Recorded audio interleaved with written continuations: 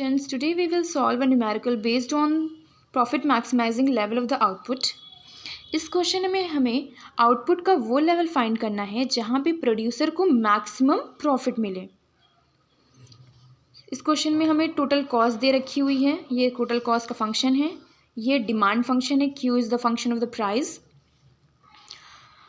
अब प्रॉफिट वहाँ मैक्सिमम होगा जहाँ पे मार्जिनल रेवेन्यू और द मार्जिनल कॉस्ट इक्वल होंगे. यानी आउटपुट का वो लेवल जहाँ पे मार्जिनल रेवेन्यू और द मार्जिनल कॉस्ट एक दूसरे के बराबर हो जाएंगे, वहाँ पे हमको maximum level of the output मिल जाएगा. सो हम पहले क्या डिराइव करेंगे? Marginal revenue. मार्जिनल रेवेन्यू क्या होता है? DTR by DQ. It means what will be the change in total revenue due to change in additional unit of the output. यानी कि आउटपुट में अगर हम एक यूनिट चेंज कर रहे हैं तो उससे टोटल रेवेन्यू में कितना चेंज आ रहा है, ये मार्जिनल रेवेन्यू होता है. तो टोटल रेवेन्यू हमको दे नहीं रखा है, तो हमें टोटल रेवेन्यू फाइंड करना पड़ेगा. Total revenue is TR equals to price into quantity. अब इस क्वेश्चन में जो हमें डिमांड फंक्शन दिया है वो डायरेक्ट डिमांड फंक्शन है. Q is the function of the price, but whenever we solve numericals, we generally transform this function into inverse demand function. It means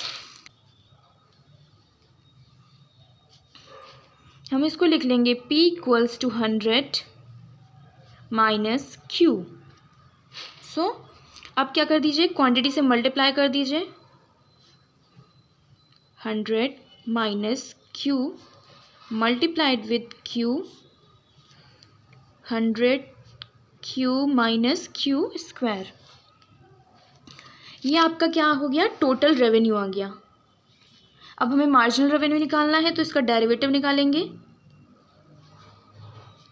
DTR divided by DQ. Put the value of total revenue here. D by DQ. Total revenue is 100 Q minus Q square. Q का differentiation 100, Q square का 2Q. So this is our the marginal revenue function. Now we will find marginal cost. Marginal cost कैसे निकालेंगे? जो total cost है उसका first derivative find करेंगे. ये हमने पूरा टोटल कॉस्ट का फंक्शन लिख लिया.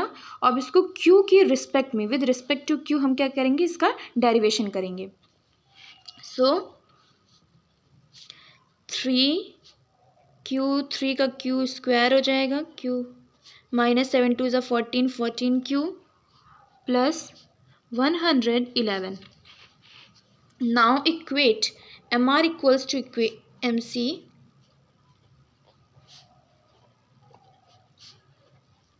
Square minus 14Q plus 11 equals to marginal revenue कितना है? 100 minus 2Q. 100 minus 2Q. Now Q square minus 14Q plus 2Q equals to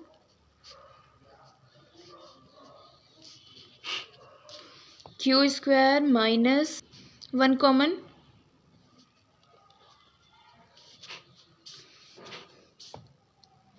Now Q minus 11 and Q minus 1 equals to 0. अब हमें output की दो values मिली हैं, एक 1 and the other one is 11. According to the given options in the question, the right answer will be the 11. 11 units अगर producer produce करता है तो उसको मैक्सिमम प्रॉफिट होगा. मैक्सिमम प्रॉफिट की कंडीशन क्या थी? Marginal revenue equals to marginal cost.